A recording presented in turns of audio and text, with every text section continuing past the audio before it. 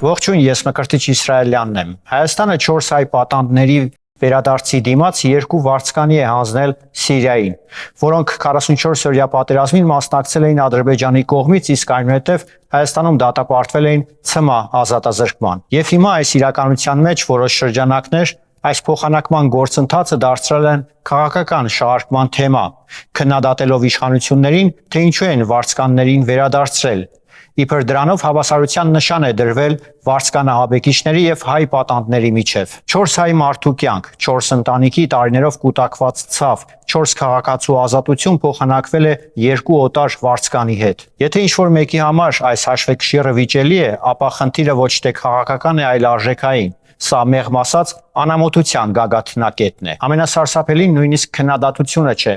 այլ այն, որ կան մարդիկ, ովքեր հայ պատանդների վերադարձը պատրաստ են արժեզրկել հանուն ներքաղաքական հաշվարկների։ Պատրաստ են հարցականի տակ դնել մարդու ազատությունն ու կյանքը, միայն թե հերթական անգամ հարվածեն իշխանությանը։ Սա արդեն ընդդիմադիր կեցվածք չէ, սա արդեն մարդկային բարոյականության սահմանների կորուստ է։ Գերի կամ պատանդ վերադարձնելը դա ոչ թե քաղաքական հաղթաթուղթ է, այլ պետության պարտականություն։ Եվ եթե այդ պարտականությունը կատարվել է նույնիսկ տհաճ փոխանակմամբ, ապա միևնույնն է, դա պետք է ընդունել ոչ թե հիստերիկ ճիչերով, այլ լուռ եւ պատասխանատվությամբ։ Այն հասարակությունը, որը սկսում է կասկածի տակ դնել իր պատանդ քաղաքացիների վերադարձի արժեքը, շատ արագ կսկսի նաեւ կասկածի տակ դնել մարդու կյանքի արժեքը ընդհանրապես։ Իսկ սա այն գիծն է, որից այն կողմ այլևս բարոյականություն չկա։ Այն շրջանակները, որոնք այսօր շահարկում են գերիների եւ պատանդների փոխանակումը, ուղիղ 1 տարի առաջ գոռում էին, թե ինչու իշխանությունները ոչինչ չեն ձեռնարկում հայ գերիների վերադարձի հարցը լուծելու համար։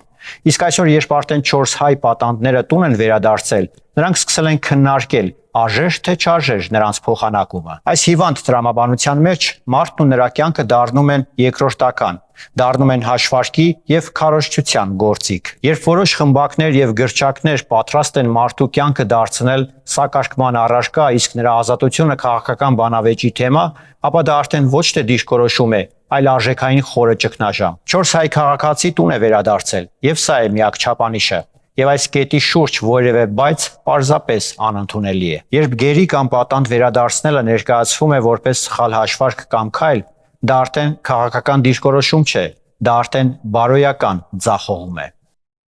Ես Մկրտիչ Իսրայելյանն եմ, կհանդիպենք։